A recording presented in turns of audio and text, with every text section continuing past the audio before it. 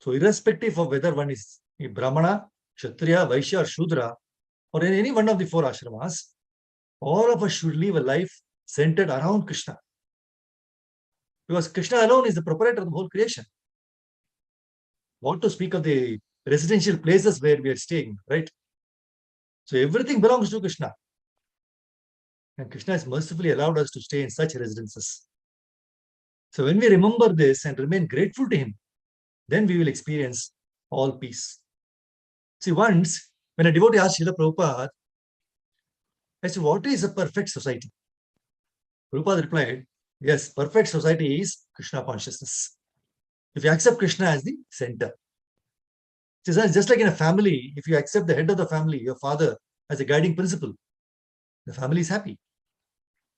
And if you disrupt the opinion of the father, then the whole thing is disturbed, right? Family gets disturbed.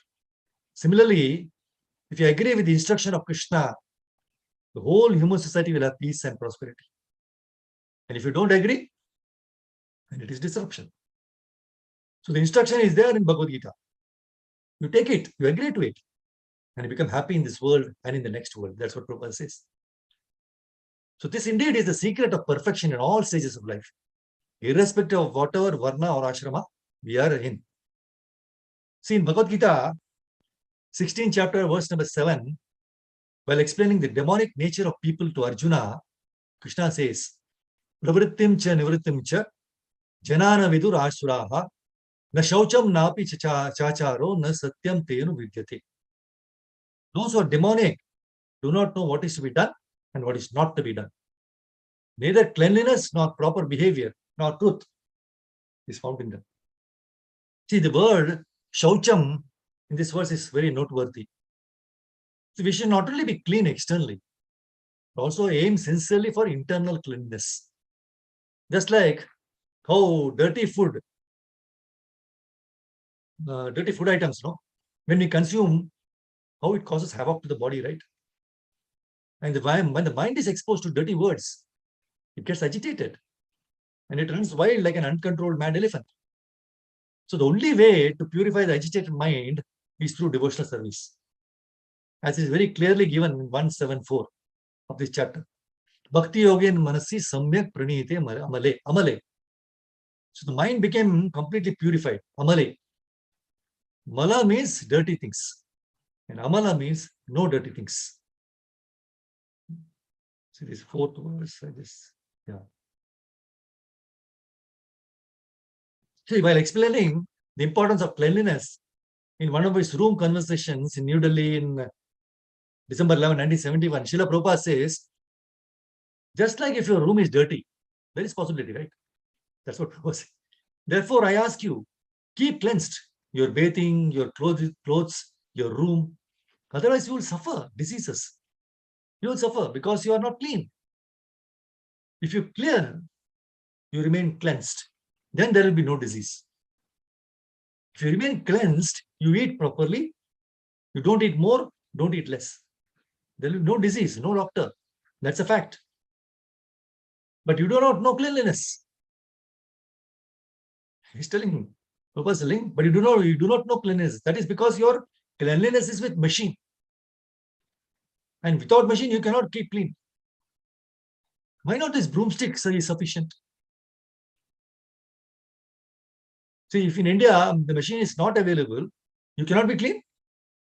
Keep everything cleansed. Utensils, plates, your teeth, hands, feet. Use sufficient water. Dirty things should be removed and cleansed inside and outside. Inside cleansed means simply Krishna consciousness. Always thinking of Krishna. That is inside clean. And outside, that is also required. You cannot neglect, because outside unclean means inside also you are unclean. So if you keep both sides clean, then you will be healthy inside and outside. See in the 5th verse, right?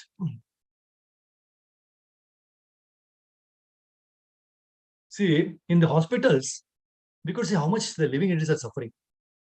Horrible, no, even to see that. How much more it must have been for the living entity who was actually suffering the pains.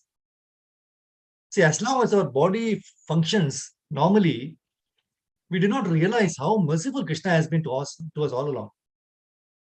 We fail to show gratitude to him for keeping our limbs in normal working condition.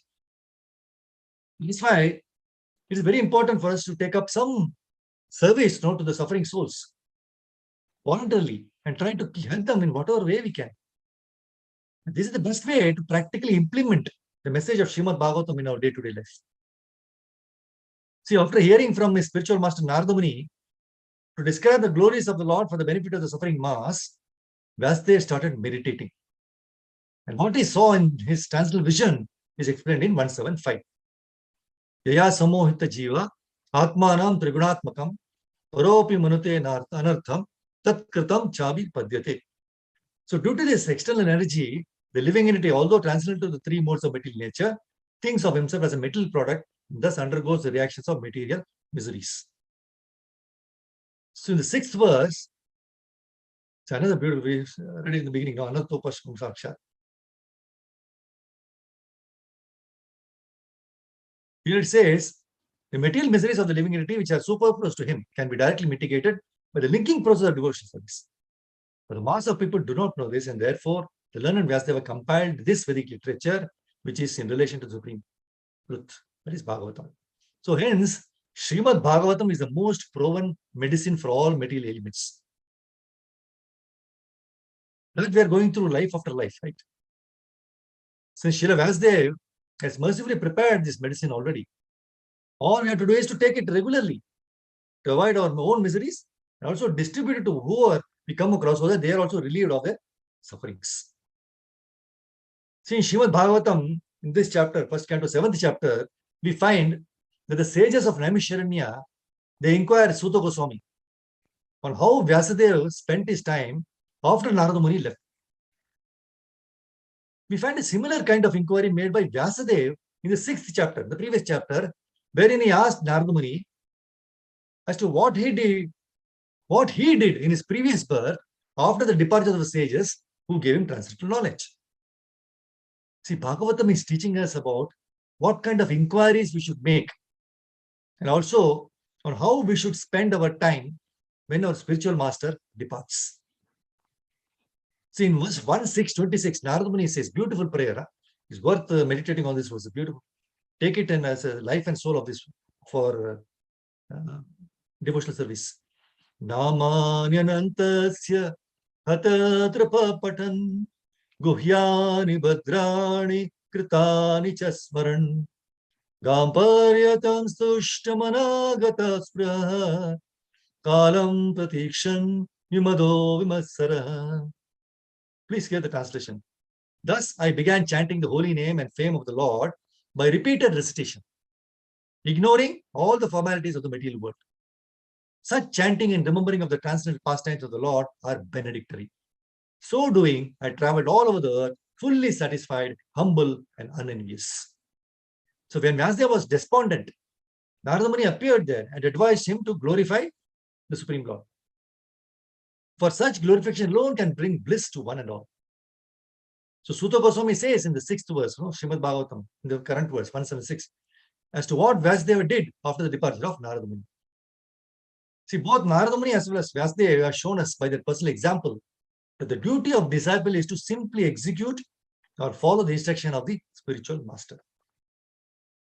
That's why in the 7th verse, the translation says, simply by giving oral reception to this Vedic literature, simply by giving oral reception, just by hearing, the feeling for loving devotional service to Lord Krishna, the Supreme Personality of Godhead, it sprouts up at once to extinguish the fire of lamentation, illusion, and fearfulness. Such a beautiful verse. No? So Srimad Bhagavatam is the natural commentation on the Brahma Sutras compiled by the same author, that is Vyasadeva, right? So Srimad Bhagavatam is so made that one becomes at once engaged in the path of self-realization simply by hearing the topics. According to revealed scriptures and astrological calculations, the age of Kali is in its 5000th year now. Therefore, Srimad Bhagavatam was compiled not less than 5000 years ago. Mahabharata was compiled before Srimad Bhagavatam. And the Puranas were compiled before Mahabharata. So that is an estimation of the date of compilation of the different Vedic literatures. So Prabhupada says the synopsis of Srimad Bhagavatam was given before the detailed description under the instruction of Narada. So the theme of Srimad Bhagavatam is the cure of the materialist disease of the human being, or stopping completely the pangs of material existence. What a nice word, material pangs.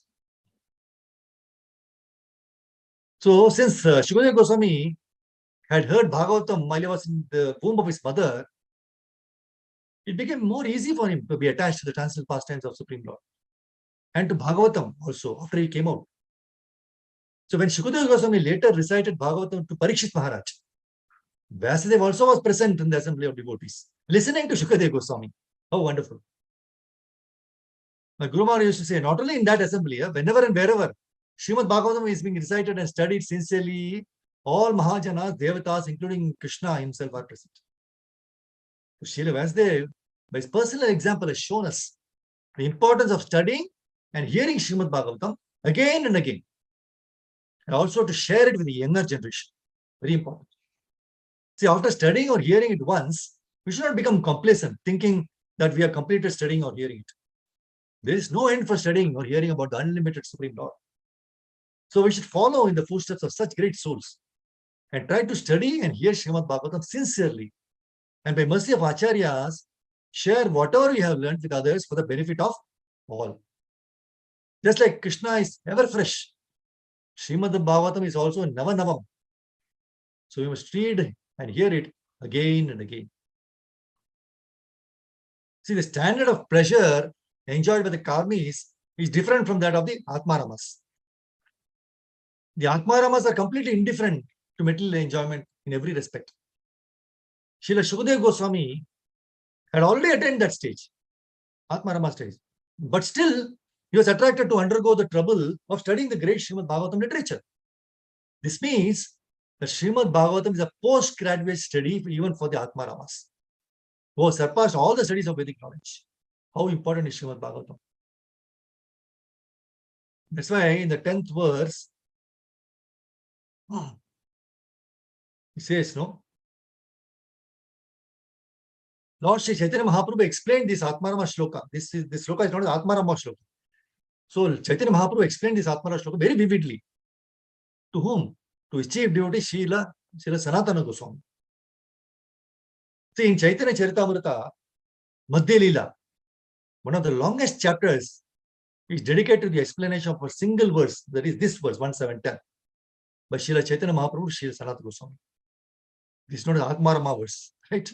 Atmaramaschamanayo nigrantha urukrame kurvanti haitukin bhaktim hittam bhuta guno harihi. Those who are self-satisfied and unattracted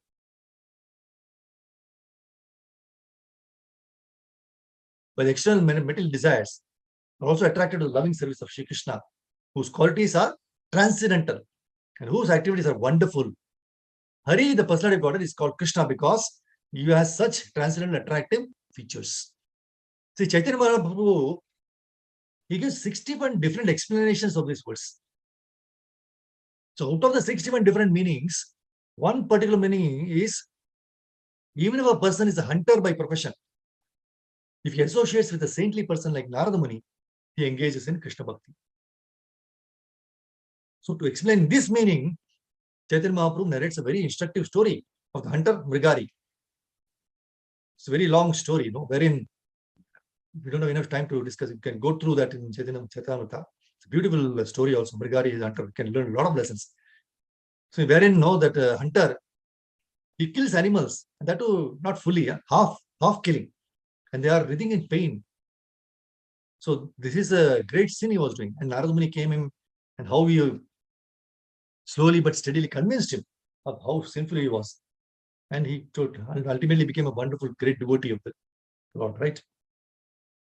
See, according to Brahma Vivarta Puran, Shukadeva Goswami was a liberated soul even within the womb of his mother. Srila Vyasadeva knew that the child, after his birth, would not stay at home. Therefore, Vyasadeva impressed upon him the synopsis of Bhagavatam so that the child could be made attached to the transcendental activities of the Lord. See, after the birth, the child was still more educated in the subject of Bhagavatam. How? By just recitation, complete of these actual poems of Bhagavatam. It is known as poems. Prabhupada writes the purport. See, practically, he was thrown from the impersonal conception of the absolute, thinking within himself that he had simply wasted so much time in devoting himself to the impersonal feature of the Supreme. He realized more transcendental bliss with the personal feature than the impersonal. Initially, he was impersonalist, right? So from that time, not only did he himself become very dear to the Vishnu Janas or the devotees of the Lord, but also the Vishnu Janas became very dear to him. So the question as to how Shukadeva Goswami was attracted by the narration of Bhagavatam is completely answered by this Shloka 1711. This is the, Son of Shiva was not only transcendently powerful, he was also very dear to the devotees, Vishnu Jana. Thus, he went on study of this great narration, Srimad Bhagavatam. In the 12th verse, Sutta Goswami says to the sages of Naimisharanya, where he says, now I shall begin the transcendental narration of the Lord Shri Krishna and topics of the birth activities and deliverance of King Parikshit, the sage amongst kings, as well as the topics of the renunciation of the worldly order by the sons of Pandu. See, in Bhagavad Gita, verse number 4.9, Janma karma chame divyam. Lord Krishna assures that whoever knows about his transcendental appearance and pastimes are sure to go back to Godhead and will never return again to the material world. So here Sutta Goswami says that he's going to narrate about birth, activities, and disappearance of devotees like Parikshit Maharaj and Pandavas. So these are also transcendental because such topics are all related to Krishna. Devotees and Krishna are inseparable. Pure devotees who completely dedicated their lives for Krishna, they take pleasure in glorifying Krishna. And Krishna takes pleasure in glorifying his devotees. So, narration of the life of devotees is never devoid of Krishna. Therefore, it is all Krishna Katha. So, in his wonderful purport to this verse of 1712, Prabhupada says, no, any historical fact. So, he says, any historical fact, or old or new, which has a connection with the activities of the Lord, is to be understood as a transcendental narration of the Lord. So without Krishna, all the supplementary literatures like the Puranas and Mahabharata are simply stories or historical facts.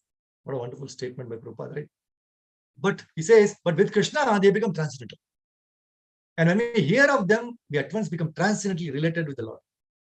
So Srimad Bhagavatam is also Purana. But the special significance of this Purana is that the activities of the Lord are central, not just supplementary historical facts. Very important for us to understand. And in the next verses, 13 and 14, important points to be understood in this verse. See, there is a common phrase, no? As sure as death. Death is the only sure fact in this middle world. But it is the most powerful experience.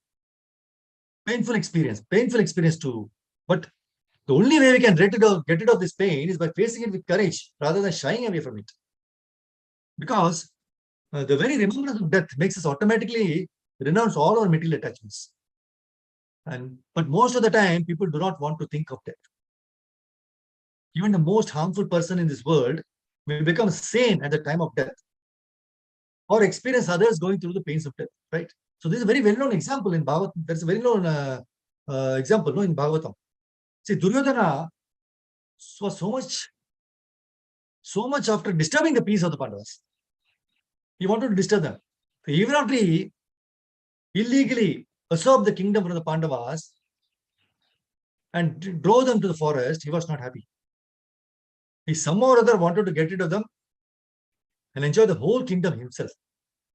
And because of his stubbornness, in not giving the Pandavas even 5 villages, Battle of Kurukshetra was fought. But even, see, now just to try to understand, even such a person, that is Duryodhana, who never wanted the Pandavas to be happy, he became extremely sane at the time of his death. How? See, when he lay down in the battlefield after being beaten by Bhima, awaiting his death, Ashwatthama, just to please him, did the most heinous act of all. He killed the sons of Pandavas while they were sleeping. small sons, small sons, and brought the news of their death as happy news to Duryodhana. But instead of being happy, Duryodhana chastised him. He was completely displeased with him. See, we can obviously see, how such an envious person like Duryodhana could change at the time of his death. Better late than never. If Duryodhana can change, then what to speak of us? The only problem we have is that even if we remember death, it only stays for a few moments. Due to our desire to enjoy, we tend to overlook and forget the fact of the matter, and that we are definitely going from here. We forget about it. Mujhe jana hai, I have to go. Correct. So the only solution is to constantly hammer our minds again and again that we have to go at any cost. So only by becoming a bit sane, this way we can relish Krishna Katha. Otherwise, even after staying in Krishna consciousness for years together, still we will be running after our designations and indulge in all politicking, backbiting, envy, controlling perversity, all these things. See, in Bhagavatam, 18th verse, please excuse me because going through very quickly because we need to complete up to the 29th verse, right? So in Bhagavatam, 18th verse, Sudha Goswami, while narrating the sages to the sage Naimisharanya about the Brahmastra, released by Ashwatthama, right? So in his transcendental class on this verse, Srila Prabhupada very nicely brings about the practical point which we need to learn from this verse. He makes a nice comparison with how devotees like Ambarish Maharaj, Prahlad Maharaj, they reacted when they faced disturbing situations. They were all dhira. Dhira is one who is not disturbed even when put in disturbing situations. But most of us in this world are adhira. We become very disturbed when we face some challenging situations. Prabhupada says, one may not be disturbed when there is no cause of disturbances. Correct. Correct, that is right. One may not be disturbed when there is nothing to worry. Just like we are not now at the present moment. We are all not afraid of death. But as soon as we find there is an earthquake, we are afraid of this building may fall down. The cause of disturbances. Then we become very much disturbed. Sometimes even screaming. So one who is not disturbed even when there is a cause of disturbance, he is called a dhira. Srila Prabhupada says that most of us are all in the bodily concept of life. And therefore, we are all adhira. But it is important that we come to the light of knowledge and not remain plunged in darkness of ignorance. The best way to become dhira, Prabhupada says, in this age of Kali, is to simply follow the method prescribed by Chaitanya Mahaprabhu and the 6 Goswamis, Shad Goswamis, by the loud chanting of holy names, right? Krishna Kirtan Gananar Tanaparo Premamritambo Nidhi Dhira Dhira Jana Priyo Priyakaro Nirmasaro Pujito Shri Chaitanya Kripa Bharo Bhuvi Bhuvo Paravakantarako Vande Rupa Sanatano Raghuyugo Shri Jiva Gopalako. So we follow the footsteps of acharyas like Shukadeva Goswami, Prabhupada, Chhat Goswamis, and sincerely take loud chanting of holy names. Krishna Kirtan. Hare Krishna, Krishna Krishna, Hare Hare, Hare Rama, Rama Rama, Hare Hare. So in the 19th verse, you can see, Sutta Goswami explains how helplessly Ashwatthama decided to release the Brahmastra when he was chased by Arjuna. In this verse, Prabhupada translates Asharanam as without being alternatively protected. The word Asharanam. See, for those who are taken shelter of Supreme Lord Krishna, who is glorified as Sharanam Sharanyam. So one is worth taking shelter of. For such devotees, Krishna is all in all. They never look out for any other alternative. They simply surrender to Krishna and abide by his instructions. So they're always well protected and feel safe and secure even in trying circumstances. But since Ashwatthama, as per his own wish, killed the 5 sleeping sons of Pandavas, he felt insecure and ended up releasing Brahmastra by invoking the mantras which he had learned from his father Dronacharya.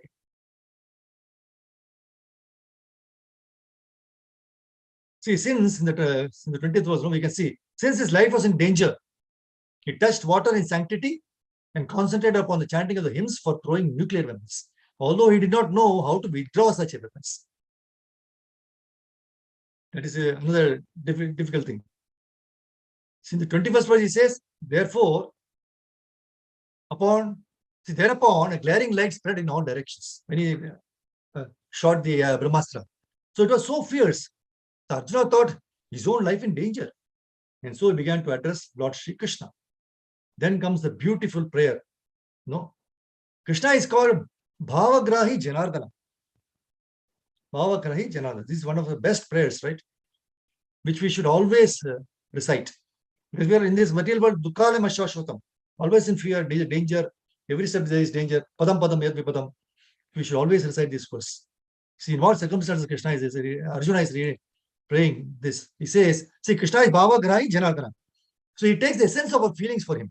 So when we sing the verses in proper lyric, the bhava is automatically invoked in our hearts.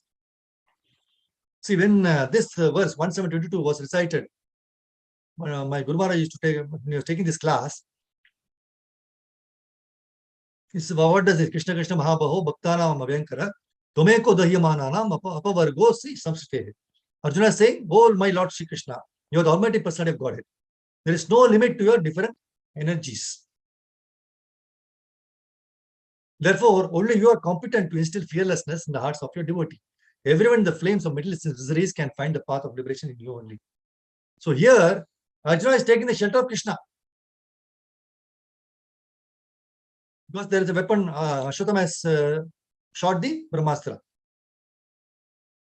So what happened in that class, when Bhima asked the devotees to recite this verse, he found that they were reciting in a very relaxed manner, without entering into the mood of Arjuna, who is he's in great danger and calling out the Lord when he's reciting his prayers. And he chastised, see, Maharaj then chastised the people who are reciting very comfortably. He said, you are reciting as if you are comfortably seated in your sofa set and reciting. Arjuna is in great danger, man. Bring out that mood. You should shout to Krishna. So when we sing in the proper lyric, even though we may not understand the meaning of this verse, the mood is automatically evoked in us. And this is the power of the lyric. So how to chant this verse, he showed us. Arjuna Vacha, Krishna Krishna Mahabaho, Bhaktanam Bhayankara, Tumeko Dahyamananam, Apavargosi Samshute. Krishna Krishna Mahabaho, Bhaktanam Bhayankara, Tumeko Dahyamananam, Apavargosi Samshute. See, Brahmastra is coming to you and he's asking Krishna, please help me. But you just said Krishna Krishna Mahabaho. So, see, this is how which bhava you should decide. You should come into the mood of the verse. That's the beauty of this verse. See, Prabhupada writes extensively on the fear of death in the purport. He says that we always fear death. So let us not cheat ourselves. Nobody can claim he or she is not afraid of death. The fear of uncertainty, that is fear of unknown after death, grips us very much. See, we internally fear what will happen to me. Outwardly cry, what will happen to my wife, children, house, bank balance. Even one says he's not afraid of death, he can say so because it appears that death is not around us. But when death comes, it is a frightful thing. The pure devotees of the Lord leave the world in total satisfaction and bliss. They live in such a way that they are completely satisfied because they are in the lotus feet of Krishna. See, children, they observe two main things from parents. There is a source of Lakshmi, who is earning and bringing money for the family. And secondly, how the parents react when they are faced with troubles. So as they grow old, children pick up these traits and apply the same in their lives. So for our own good and the well-being of future generation, we need to perform our prescribed duties nicely and earn Lakshmi by honest and sincere endeavors. So since this world is full of miseries, there is danger at every step. No matter how much our parents endeavor, it is not possible to simply present a rosy life for the children, correct? So troubles keep coming in a variety of forms, and whether they become depressed, agitated, and angry when confronted by those troubles, or they take advice from elders and seek the shelter of the Lord, is what differentiates a devotee from a non-devotee. The presence of elders, spiritual master, and sadhu sangha is a very great gift in one's life, because by their experience, they guide us nicely to take shelter of Supreme Lord Krishna. But even when one is not fortunate enough to have their presence, the Supreme Lord Krishna, who is the most sincerest friend and compassionate father of all living entity, appears in the form of scriptures like Bhagavad Gita and Bhagavatam and holy names to provide us the required guidance. So these scriptures are like lighthouse for us, and it helps us to cross over the dark ocean of material designs. See, Srimad Bhagavatam, we find that when Arjuna is attacked by the glaring effulgence coming from the Brahmastra released by Ashwatthama, he first takes shelter of Krishna. And the verses 1722 to 25, we find that Arjuna is offering wonderful prayers, glorifying the Lord, and then inquires the Lord about the source of the dangerous effulgence. So in this incident, it is important to notice the difference between how Ashwatthama and Arjuna reacted when they faced dangers. When Ashwatthama saw that Arjuna was coming towards him with great anger to fight with him for mercilessly killing the 5 sons of Pandavas, he became fearful. Although he knew that he doesn't know how to retract the Brahmastra, still without any thoughts, Ashwatthama released it and thus behaved very immaturely. On the other hand, we find that Arjuna knew how to release and retract the Brahmastras. Still, what did he do? First, he offered prayers to Lord Krishna. See, Brahmastra is coming now. It is very hot all around. But still, Arjuna first offered prayers to Lord Krishna. Then Lord told Arjuna that he can neutralize the effect of Ashwatthama's weapon by releasing his own Brahmastra. That's what he says in the 29th verse. No? Hearing this from personality of Godhead, Arjuna touched water for purification, and after circumambulating Lord Shri Krishna, he cast his Brahmastra weapon to counteract the other one. So here we find that Arjuna was not in a hurry to immediately release the Astra, even after getting permission from Lord Krishna. Arjuna said, okay, now release. He did Achaman. Okay. Some trouble is coming. He is doing Achaman, circumambulating the Lord, and then only he released the weapon. He knew that when Supreme Lord Krishna in the form of personified time standing before him, there is no way any danger can approach him. It is all the more important to offer prayers to Supreme Lord in that precarious situation. See, Arjuna had strong faith. The Lord will surely protect him. So this is the hallmark of a devotee. So even if we face any dangerous situation, we should not immediately counteract or retaliate. Another example that beautifully brings out this sublime point of faith in the Supreme Lord is the incident of Durvasa Muni offending Ambarish Maharaj. When Durvasa Muni sent for the fiery demon to kill Ambarish Maharaj did not budge even an inch while facing death at the hands of the demon. In fact, Ambarish Maharaj did not even ask for protection from the Lord. Nor did he invoke the Sudarshana Chakra that was stationed at his palace to protect him from any danger. He simply prayed to the Lord with folded hands and was ready to accept whatever the Lord granted him at that point, even if it was death. On the other hand, Durvasa Muni, due to not having the same devotional mood as that of Ambarish Maharaj, he had to run all over the 3 worlds being chased by the Sudarshana Chakra. So this is a very important lesson which we should learn from great souls like Arjuna and Ambarish Maharaj. Before we do any activity, be it cooking, cleaning, official work, or any other service, we should first glorify the spiritual master and the Supreme Lord. Worship them, and then on the strength of their blessings, perform the activity. Since the Lord is the source of all knowledge and strength, without his mercy or blessings, we will not be able to perform that activity successfully, no matter how much ever expert or skillful we are in that service. See, Arjuna is the best employee of Krishna. Even though Krishna was technically employed by Arjuna as a charioteer, Arjuna always recognized that he was working for Krishna. See, when we get high positions and good jobs, it is easy to forget Krishna until we are in trouble. You would have gone through this, right? But Arjuna did not wait for troublesome situation to turn to Krishna. He was fully equipped to do this job of vanquishing Ashwatthama. But despite that, he had enough presence of mind and heart to actually first offer his respectful obeisances to Krishna. So by offering first his obeisances to Krishna before beginning his work, Arjuna fulfilled the purport of Srimad Bhagavatam, 8th canto, 1st chapter, 14th verse, where Srila Prabhupada writes, the Supreme Personality of Godhead is actually the enjoyer. Therefore, if we begin our activities for his satisfaction, we will gradually lose our taste for material activities. What a beautiful statement. We will gradually, when we do our activities for the satisfaction of Krishna, we will gradually lose our taste for material activities. So this is a very clear statement about how we can lose taste for material activities. Srila Prabhupada gives a magic formula to lose the taste naturally for this material world. Otherwise, what binds us actually is because we have taste for material activities, right? This is because we want to enjoy the fruits. And want to enjoy the fruits because we think that we are the controllers.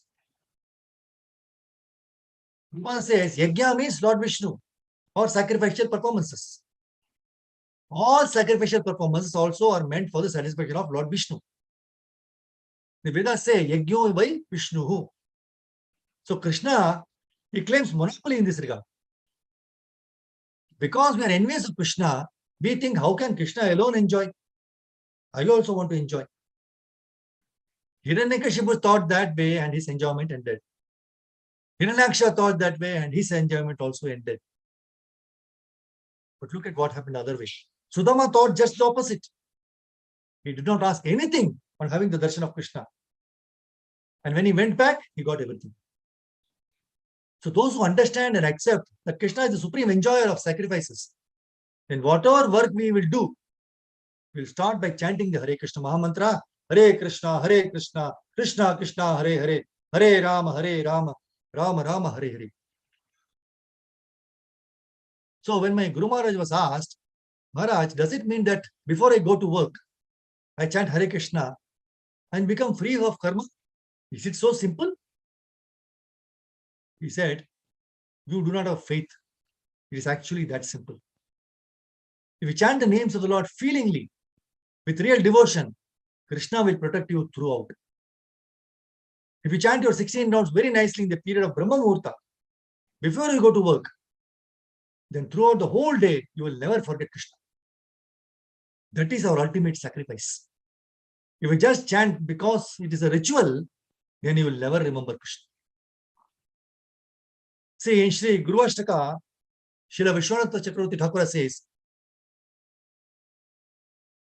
Shri Vigraharadhana Nityanana Shingaratan Mandiram Arjanado Yuktasya Bhaktam Cha Niyunjatopi Vande Guru Shri Charanaravindam. Says the spiritual master is always engaged in the temple worship of Shri Radha and Krishna. He also engages his disciples in such worship. They dress the deities in beautiful clothes and ornaments, clean their temple, and perform other similar worship of the Lord. I offer my respectful obeisances to the lotus feet of such a spiritual master. So the deity form of the Lord is not different from him.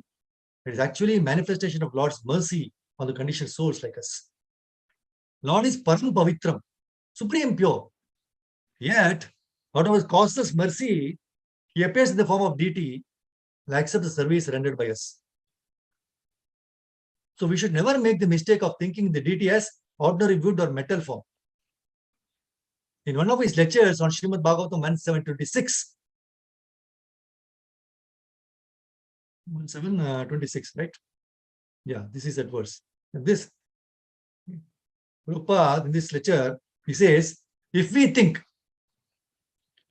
If we think we shall satisfy this statue with some rubbish, garbage flowers, then he will not be protesting. Yes, he will not protest, but your life will be finished. The protest will come like that. And Prabhupada insists that just like how we don't give garbage to anyone as a gift, right? It is important that we take good care of the deities by offering them nice fresh flowers, fruits, gorgeous dresses, nice worship. Such offerings needs to be done with love and bhava. So by such loving offering and service, our hearts also becomes cleansed.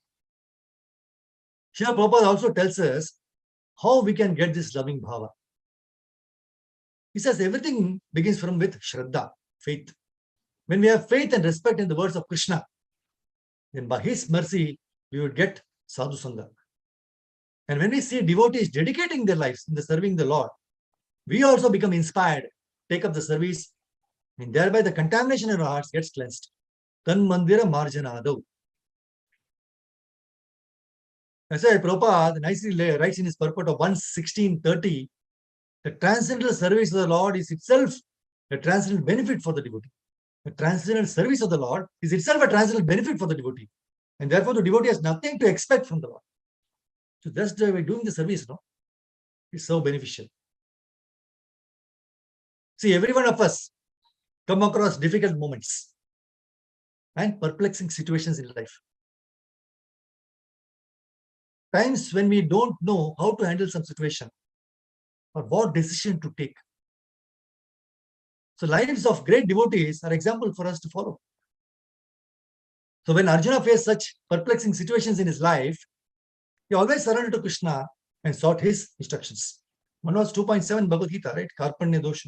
He said, I am bewildered and confused. I don't know what to do. From now, you are my spiritual master. I am your disciple. Please instruct me what is beneficial for me. Correct? So both in the beginning of the war at Kurukshetra and as well as during the time of war and in the end, we will find in all situations, Arjuna sought for Krishna's guidance. When Ashwatthama released the fiery arrow to kill the race of Pandavas, there was scorching heat in all directions. That's why Canto 1, Chapter 7 beautifully explains this chapter, how Arjuna first offers wonderful prayers, glorifying Krishna, and then makes his inquiry. So that's why in 1727, right? Oh Lord of the Lords, how is it that this dangerous effulgence is spreading all around? Where does it come from? I do not understand it. Arjuna is telling. Prabhupada in his lectures on these verses insists that how accepting Guru should not be done for fashion, but should be done in a submissive mood in order to know about the ultimate benefit of our life. Also, it is not just sufficient to approach Guru and make inquiries, but it's very important to follow his instructions. Only then our life will be successful. We may claim that we are not fortunate, like Arjuna, to talk with Krishna directly, but by costless mercy of Guru and Gauranga, we are so fortunate enough to get the association of various acharyas who are all Krishna's representatives. So we should take shelter of those great Mahatmas, inquire from them, accept their guidance, and follow their instructions as life and soul. Then there is hope for all attaining perfection. In Bhagavatam, 2nd Canto, 4th Chapter, 18th verse, 2:4-18, Shukadeva Goswami says how all races of people are purified simply by surrendering to the devotees of the Lord. So in the lecture of 1740, Prabhupada says, so here is Krishna's direction. You take always Krishna's direction, then that is bhakti. And you remain Brahma Bhuvaya Kalpate. 14.26 Bhagavad Gita. So you're always immune from the sinful reactions of this period. See, you cannot manufacture. Actually, you have to follow the orders of Krishna. Just like Arjuna is being advised. You simply follow Krishna. Not that whimsically he was going to punish Ashwatthama. See, under the direction of Krishna, right? So similarly, in every step of your life, if you take Krishna's direction or his representative's direction, then you are safe. See, in one of his letters to his disciples, I think dated September 9, 1972, Srila Prabhupada says, you mentioned that your pathway has become filled with stumbling blocks, but there are no stumbling blocks. I can kick out all those stumbling blocks immediately, provided you accept my guidance. With one stroke of my kick, I can kick out all stumbling blocks. Such a encouraging statement, no? Prabhupada is giving to these disciples. See, just in the verse 175 and 6, in this chapter, 175 and 6, in both the verses, Prabhupada gives two different meanings for the word anartha. In 175 also there is anartha. Yaya sammohita jiva atmanam trigunatmakam ropi manute anartham tat karma tat kritam chavi padyate. So anartham. So anartha. So that is one. So in this verse 175 is given the meaning for anartha as things not wanted. And in 176 here Prabhupada gives the meaning for this anartha, in the 176 anartha as superfluous. So dictionary meaning for superfluous is excess or remaining unused, unnecessary. So very interesting. Huh? The Prabhupada has given such a deep and meaningful translation to this word. Usually, we refer to the 6 major bad qualities, anarthas: lust, anger, greed, illusion, pride, envy, right? So when someone asks, what's wrong with you, Prabhu? Why are you not enthusiastic in your service? We normally respond, I am full of anarthas. And this is lust, anger, greed. That's what we are referring to. However, anarthas does not only mean bad qualities. It refers to anything and everything that is in excess or unused with us. For example, if I have a lot of wealth in the bank sitting idle, but I'm not using it properly, especially in the service of Krishna, then it will constantly disturb me. Hence, it is anartha for me. If I have a lot of time and do not know how to use it, feel bored, do useless things, whiling away or waste the time in unwanted activities, then the same excess time becomes anartha for me. So see, there are so many things that we hoard at home, no? As our possessions. If we look around inside our home, half the things can be thrown away. It is so true. All of these excess unwanted things at home are nothing but anarthas, because they disturb our consciousness and prevent us from spending time with Bhagavatam and relishing bhakti. So similarly, even prasadam or food taken more than necessary becomes anartha. When we take enough prasadam required to keep our body healthy in the service of Krishna, it assists positively. Otherwise, the same food will drive us to hospitals. So in conclusion, maximizing the utilization of everything that is in our possession in the service of Krishna and not hankering for unwanted things is the key to turn anarthas into arthas. Then pure devotion service, that is bhakti yoga unto adokshaja, will mitigate all these unwanted things. Anartha upashamam. This is what we have to understand. So very nice, lot of points to be discussed, but the time is of the essence. We should always respect time because time is Krishna. So Granthra Srimad Bhagavatam ki jai, Shri Prabhupada ki jai, Shri Gurudev ki jai. I go to Hari. So thank you very much, Professor Matajis, for giving this opportunity to glorify Krishna. If you have any questions or anything to share, which you find, which you can take away back home, you can put it in your practice, in your daily life. Thank you. Hare Krishna, Prabhu. Dandavad to you, Prabhu. As usually, our classes are very, Thank you. Very absorbed. Thank you, Prabhu. Thank you. Hare Krishna. Thank you. Hare Krishna, Prabhuji. Dandavat pranam, Prabhuji. Thank you, Prabhuji. Happy Rath Yatra. Happy Rath Yatra, everyone. Thank you very much. Hare Krishna. Hare Krishna, Prabhu. Dandavat pranam. Thank you, Prabhu. Thank you. Thank you. Hare Krishna. Hare Krishna. Nice class. Thank you. Thank you, Prabhu. Krishna's mercy, Guru's mercy. Without that, I am nothing, Prabhu. So Krishna. By their mercy, I am able to just give whatever they have written and given to us, sharing with all of you. And thank you very much for encouraging me so that I can learn more and more and be of service to everyone. Hare Krishna. Vancha kalpatarubhya kripa sandubhayavacha vidanam pavanebhyo vaishnavebhyo. Take care, be safe. Hare Krishna. So Hare should Krishna. the class with your permission? Yes, Prabhu. Thank you. Hare Krishna. Thank you, devotees. Thank you for joining. Thank you. Hare Krishna, Prabhu. Hare Krishna. Prabhu. Dhanyavad.